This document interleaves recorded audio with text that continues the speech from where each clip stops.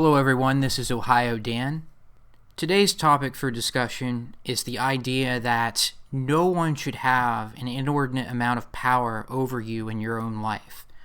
And so I want to frame this especially in regard to men's issues, but I also want to talk about that in a general sense, and I want to make some comparisons to kind of show the point that I want to make with this.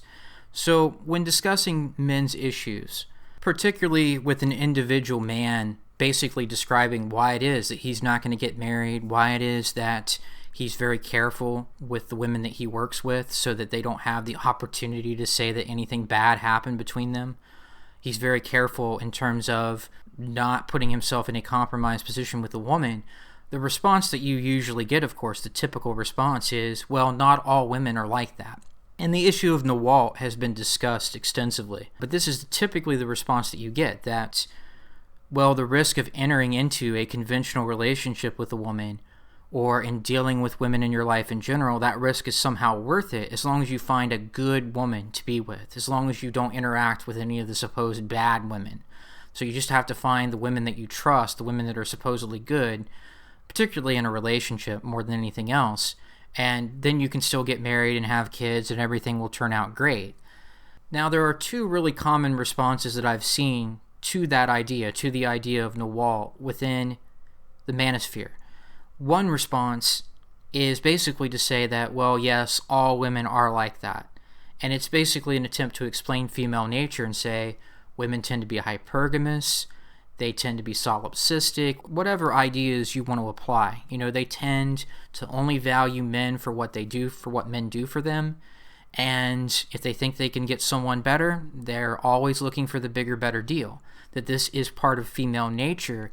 And maybe not every woman will act that way, but every woman has the capability of being that way. So that's the first argument that you hear a lot, is that yes, all women actually are like that, or they're capable of being one of the so-called bad women that use various means to really kind of damage the men that they're with, either in a relationship or through any other sort of scenario where women have power over men. That yes, women oftentimes will use this power because that's their natural tendency. That's the first argument. The second common argument that we see is the idea that NWALT is irrelevant. That maybe all women are this way or maybe they're not, but that doesn't change the cost-benefit analysis. That doesn't somehow make it different in terms of, well, now I'll get married because the risks aren't there anymore. The risks are always there. It's just that you're being told that the risks are irrelevant without any sort of actual change in the cost-benefit analysis. So that's the second kind of strategy, is to say that NWALT's irrelevant, because even if some women aren't like that, the risk is just too great. And so why should you want to engage in a conventional relationship? Why should you want to put yourself in a position where your life can be severely damaged by a woman when you can avoid doing that?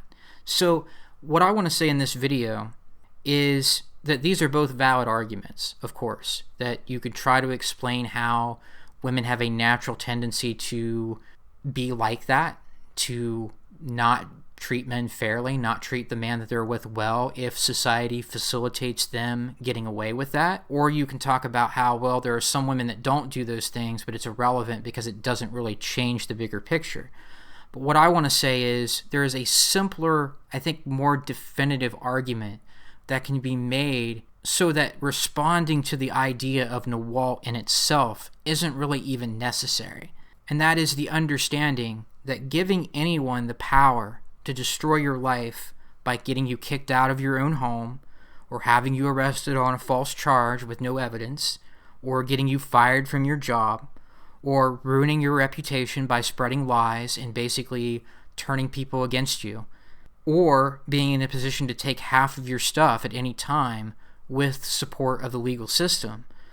This is not an acceptable position for anyone to put themselves in regard to any other person.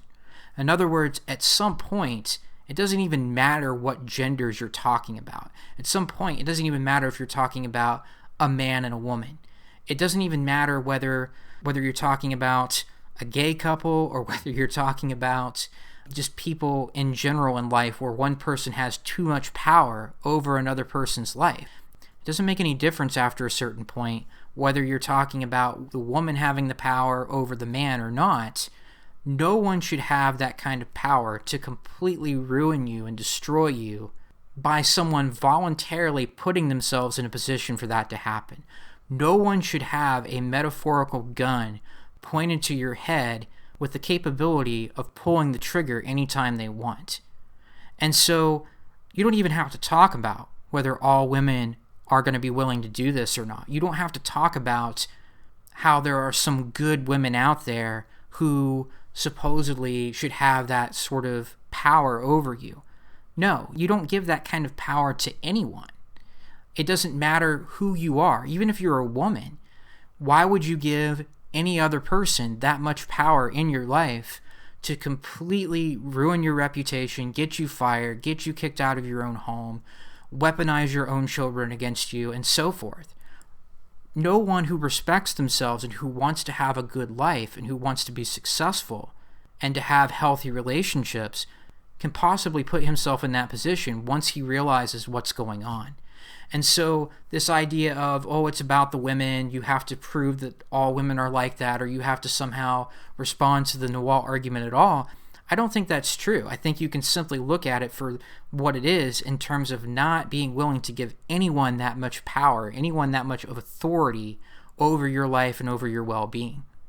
And I think that's a good alternative when people say, well, what if you just find a good woman, or not all women are that way? It's like, no, here's the power that this person would have over my life if I got married to her. Here's the power that they would have if I had children with her. She could weaponize those children against me and use the legal system to make it stick. She can use the legal system to basically enforce her will. She can spread rumors, or even if it's just someone that you work with that you don't have a personal relationship with, and someone gives you this whole mentor her argument. No, it doesn't matter whether she's a good person or not. You don't give anyone, if you can possibly avoid it, the power to do that much damage in your life with just one decision. It's just not a healthy position. It's not a self-respecting position for you to put yourself into. And so all the talk about women and whether all women are like that really becomes irrelevant at that point, because someone who wants to be successful with their life is not going to be putting themselves in that kind of position to begin with, regardless of whether you're talking about men and women or not. Ultimately, it's just not healthy to give anyone this much power, and so there is no justification that can be made based on Nawalt to compel men to enter into conventional relationships or to put themselves in too much of a compromised position with a woman, because no one should have that kind of authority, that kind of power over your well-being.